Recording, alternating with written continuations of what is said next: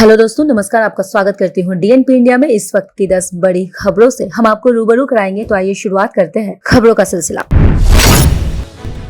Delhi metro rail निगम ने भी अपनी यात्राओं को कोरोना से बचाने के मद्देनजर बड़ा फैसला लिया है। डीएमआरसी ने अपनी मेट्रो ट्रेनों का शेड्यूल बदलने का फैसला लिया है। ये सोमवार से ही प्रभावित हो गया है। इन फैसलों के बाद मेट्रो यात्रियों को 15 से 20 मिनट तक और कुछ चुने हुए इंटरचेंज पर तो 30 मिनट तक का इंतजार करना होगा। कोरोना संक्रमण को देखते हुए दिल्ली विश्वविद्यालय की ओर से अपनी ऑनलाइन कक्षाएं भी 16 मई तक के लिए स्थगित कर दी गई है। अब 16 मई को इन कक्षाओं को भी फिर से चलाने पर विचार किया जाएगा। फिलहाल राजधानी में कोरोना संक्रमण के मामले में किसी तरह से कमी होती नहीं दिख रही है। इसको ध्यान में रखते हुए कुल सचिव की ओर से ये निर्णय लिया गया है। पश्चिम बंगाल में हिंसा मामले पर AIMIM के सुप्रीमो और सांसद असदुद्दीन ओवैसी ने मंगलवार को कहा कि जीने का अधिकार सबका मौलिक हक है। लोगों की जिंदगी की सुरक्षा सरकार का पहला कर्तव्य होना चाहिए। यदि वो ऐसा नहीं करते हैं तो वो अपने मौलिक कर्तव्यों के निर्वहन में असफल है। हम भारत के किसी हिस्से में किसी सरकार की असफलता की निंदा करते हैं। बंगाल में हुई मतगणना के बाद से ही राज्य के विभिन्न हिस्सों में हिंसा, आगजनी और उपद्रव की घटनाएं लगातार सामने आ रही हैं। राज्य में कई जगहों पर झड़पें और दुकानों में लूटपाट के साथ भाजपा कार्यकर्ताओं की कथित हत्या पर राज्यपाल जगदीप धनखड़ ने एक बार फिर गहरी चिंता जताते हुए पुलिस महानिदेशक DGP P नरजनियन और कोलकाता के पुलिस कमिश्नर CP सोमेन मित्रा से तत्काल रिपोर्ट तलब किया है। कोरोना वायरस महामारी का कहर पूरी दुनिया पर टूट रहा है।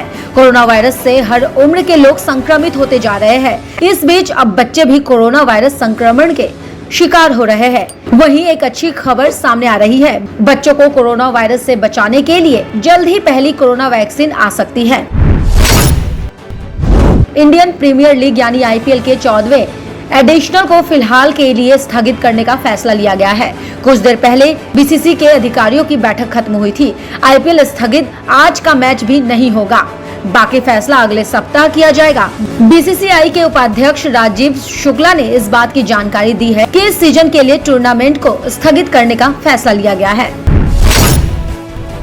इंडियन प्रीमियर लीग के 14वें सीजन को लगातार सामने आ रहे कोरोना के मामलों की वजह से अनिश्चित काल के लिए स्थगित कर दिया गया है। इससे पहले मंगलवार दोपहर 2 अलग अलग टीमों को अनुभवी खिलाड़ियों के कोरोना पॉजिटिव होने की खबर आई। सनराइज हैदराबाद के विकेट कीपर बल्लेबाज रिद्धिमा साहा और दिल्ली के स्पिनर अमित मिश्रा कोरोना संक्रमित पाए गए।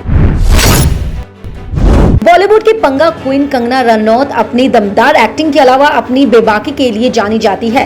कंगना किसी भी मुद्दे पर अपनी बात रखने में कभी पीछे नहीं हटती, फिर चाहे वो मुद्दा देश से जुड़ा हो, राजनीति से जुड़ा हो या फिल्म इंडस्ट्री से। कंगना सोशल मीडिया के जरिए अपना हर इमोशन जाहिर करती रहती हैं। इस वजह से एक्ट्रेस को आए दिन सोशल मीडिया पर काफी ट्रोल भी किया जाता है। वहीं इसी बीच एक खबर आ रही है जहाँ कंगना रनौत का ट्विटर अकाउंट सस्पेंड हो गया है।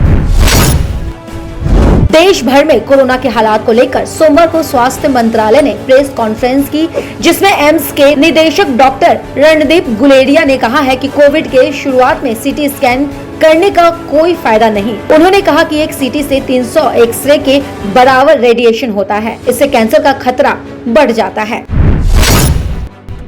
करीब 18 दिन के अंतराल के बाद मंगलवार को पेट्रोल और डीजल के दाम में बढ़ोतरी देखने को मिली है। ऑयल मार्केटिंग कंपनियों ने पेट्रोल के मूल्य में प्रति लीटर औसतन 15 पैसे और डीजल के दाम में प्रति लीटर औसतन 18 पैसे की बढ़ोतरी की है। अंतर्राष्ट्रीय बाजार में कच्चे तेल के दाम में तेजी की वजह से भारत में भी पेट्रोल डीजल प्राइस में यह बढ़ोतरी देखने को मिली है। खबरों की और जानकारी के लिए देखते रहिए डीएनपी इंडिया। तब तक के लिए नमस्कार।